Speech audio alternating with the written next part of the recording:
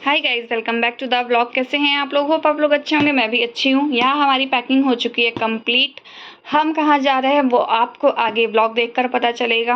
बाकी आप देख लो, पूरा बेड अच्छे से फैला हुआ है अभी, क्योंकि अभी अभी मैंने पैकिंग की है। हम यहाँ से अभी थोड़ी देर में निकलने वाले हैं, मतलब ऑलमोस्ट रात के 10 बजे हमारी ट्रेन है, तो हम निकलने वाले हैं। आप लोग आगे व्लॉग देखिएगा तो आप लोग को पता चलेगा कि हम कहाँ जा रहे हैं और किस ज़रूरी काम से जा रहे हैं, जो बहुत ज़रूरी काम है। तो यहाँ हम निकल चुके हैं हमारे डेस्टिनेशन के लिए। हमें मिल चुकी है ट्रेन और बाबू को बिल्कुल भी अच्छा नहीं लग रहा था, वो बहुत अनकंफर्टेबल हो रहा था। हमारी ट्रेन थी लखनऊ मेल की। लखनऊ मेल के मतलब जिसमें हम बैठे हुए थे, इस सीट की मैं बात बताऊं, इतनी गंदी हालत थी ना। इसमें चुईया थी, इसमें छोटे छोटे कॉकरोचेस थे। इन्होंने मेरे बच्चे को बाइट कर लिया, जिसकी वजह से वो बहुत अनकंफर्टेबल हो रहा था। मैं बाय मिस्टेक वीडियो बनाना भूल गई, अदरवाइज मैं वीडियो बना के डाल देती। तो बाबू को नींद नहीं आ रही थी, एक तो उसकी जगह बदल गई थी, दूसरी चीज उसको गर्मी लग रही थी, जबकि हमारी टिकट थी सेकंड एसी की। लेकिन उनको नींद नहीं आ रही थी, क्योंकि उनको अब अपना घर चाहिए होता है, अपने मम्मी डैडी चाहिए होते हैं। मैं पूरा दिन शॉपिंग की थी भाग भाग के, तो मैं बहुत थक गई थी। तो मैंने अपने हस्बैंड से बोला कि थोड़ा देर आ जाओ, आप देख लो थोड़ा देर, मैं थोड़ा देर रेस्ट कर लेती हूँ। तो ये आए थोड़ा देर तक, तो उसके साथ खेले। फिर इन्होंने मुझसे बोला कि अरे यार, मैं ना सीधा ऑफिस से आया हुआ हूँ, मैं बहुत थक गया हूँ, तो आप एक काम करो, थोड़ा देर इसके साथ खेल लो, अभी ये सो जाएगा। तो मैंने बोला ठीक है, आप लेट जाओ जाकर। तो वो गए, फिर लेट गए और वो सो भी गए। फिर मैं यहाँ रास्ता देख रही हूँ, भाई सो जाए, भाई सोइए, सो जाए, लेकिन ये सोने का नाम ही नहीं ले रहा, इनको नींद आ ही नहीं रही थी। मैं भी बैठी हुई थी थोड़ा देर, क्योंकि मैं भी बहुत थकी थी। तो मुझे थोड़ी देर में ना मतलब ऐसे इतना ज़्यादा सर दर्द होने लग गया कि मुझे नींद से, मैं पूरा दिन थकी थी, नींद भी नहीं लिया था मैंने। अदरवाइज़ मैं दिन में थोड़ा सो लेती हूँ, लेकिन मेरी नींद भी नहीं पूरी हुई थी, तो मुझे बहुत सर दर्द भी हो रहा था और इनको नींद ही नहीं आ रही थी। अब इसको अपना घर बहुत ज़्यादा, मतलब अपना ही घर चाहिए होता है, और अपने मम्मी डैडी चाहिए होते हैं, दो लोग। कैसे कैसे करके मैंने उसको सुलाया थोड़ा देर। फिर जब मैं इसको लेटाने की कोशिश करने लग जाऊँ ना, तो ये फिर से जग जाए। मे बी इसको वहाँ पे कॉकरोचेस बाइट कर ले रहे हो दोबारा, इसलिए तो मैं इसको गोद में ही लेकर बैठना मैंने प्रेफर किया, और मैं पूरे रास्ते इसको गोद में ही लेकर बैठी हुई थी। तो आगे का वीडियो है दूसरे दिन रात का। यहाँ मेरी पूरी फैमिली भी इकट्ठा हो चुकी है, मेरी सारी बहनें। और ये वीडियो है रात के, दूसरे दिन रात के 2 या 3 बजेगा। हम 2 या 3 बज रहे थे, हम सब बैठे हुए थे और बहुत इंजॉय कर रहे थे, बहुत मस्ती कर रहे थे, क्योंकि ना ये शायद पहली बार था शादी के, सबकी शादी के बाद की सब लोग एक साथ इकट्ठा हुए थे। हम में से हम 3 बहनों की शादी हो गई है। यहाँ स्टार्ट हो गया था डेकोरेशन। किस चीज़ का डेकोरेशन है आपको शायद ये डेकोरेशन से अब मालूम चल गया होगा।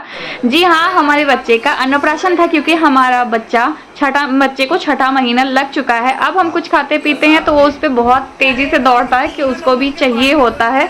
तो इस वजह से हमने जल्द से जल्द अन्नप्राशन कराना उचित समझा। तो मुहूर्त के हिसाब से ये दिन अच्छा था। यहाँ बाबू को नहलाया जा रहा है। बाबू की सारी मौसी लोग मिलके उसको नहला रही थी। तो बाबू नहाया और इसके बाद फिर थोड़ा देर तक अच्छे से नहाया। पहली बार तो ये टब में बैठकर नहाया है। तो पहली बार जब इसको बिठाया गया टब में, तो थोड़ा देर तक तो ये डरा, लेकिन थोड़ी देर बाद इन्होंने एंजॉय करना शुरू कर दिया। और ये इतना प्यारा लग रहा था ना कि मैं क्या ही बताऊं, बहुत सुंदर लग रहा था ये नहाते हुए खुद से। तो अब आप देख लो मेरे बाबू को। मेरा बाबू अन्नप्राशन के लिए बिल्कुल तैयार है। बाबू का हमने रखा था ट्रेडिशनल लुक, क्योंकि कहा जाता है कि अन्नप्राशन में बच्चे का ट्रेडिशनल लुक रखना चाहिए। पूरा डेकोरेशन आप देख लो। ये डेकोरेशन इसकी मासियों ने मिलकर किया था, मेरा इसमें कोई योगदान नहीं था, इसमें इसके डैडी का भी योगदान है। क्योंकि मुझे बनानी थी बाबू की खीर, क्योंकि खीर माँ को ही बनाना होता है। यहाँ मेरा भाई बाबू को करा रहा है अन्नप्राशन, और ये बहुत आराम से खाया। अन्नप्राशन होने के बाद कहा जाता है कि मामा को, जो बच्चे का अन्नप्राशन कराया, उसको गिफ्ट्स देने होते हैं। तो यहाँ मेरे भाई ने मेरे बाबू को दिया है ये चांदी का कड़ा, बहुत सुंदर है, जो अभी भी बाबू ने पहन रखा है। और दूसरी चीज़, सबसे इम्पोर्टेंट चीज़ मैं आपको बताना चाहूँगी कि ये जो गिफ्ट्स भैया मेरा भाई लेकर आया है बाबू के लिए, वो उसने अपने पॉकेट मनी से बनाया है। इस बार रक्षाबंधन पे मैं नहीं जा पाई थी, क्योंकि मैं प्रेग्नेंट थी। तो ये मेरे भाई ने बोला था कि इस बार गिफ्ट भी तुम्हें नहीं मिलेगा, मैं तुम्हारे लिए लड़का होगा या लड़की तुम्हारे बाबू के लिए लेकर आऊंगा, जो भी लेकर आऊंगा।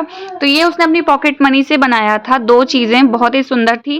पहली चीज ये चांदी का कड़ा था, जो उसने बाबू को पहना दिया और अभी भी पहन रखा है। दूसरी चीज थी ये सोने की लॉकेट, और मैं सच में मतलब बता रही हूँ, इसको मेरे भाई ने अपने पॉकेट मनी से बनाया है। मेरे छोटे भाई ने, मेरा बड़ा वाला भाई नहीं आ पाया था क्योंकि उसका पेपर है, तो मेरा छोटा वाला भाई ये सब बनवा के लेकर आया था। इस चीज़ की मुझे सबसे ज़्यादा खुशी है कि इसने कैसे-कैसे करके एक-एक चीज़ें, मतलब एक-एक पैसे इकट्ठा किए होंगे और फिर उसके उससे इतना प्यारा-सा गिफ्ट बनाया मेरे बाबू के लिए।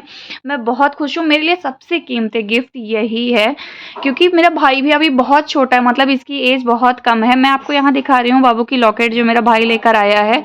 ये इसको पहन के रखता है, लेकिन बात क्या है ना कि ये इसके गले से सरक के कहीं तो गिर जाती है बार-बार और मुझे मिल जाती है, इस वज़ह से मैंने इस समय निकाल दिया है।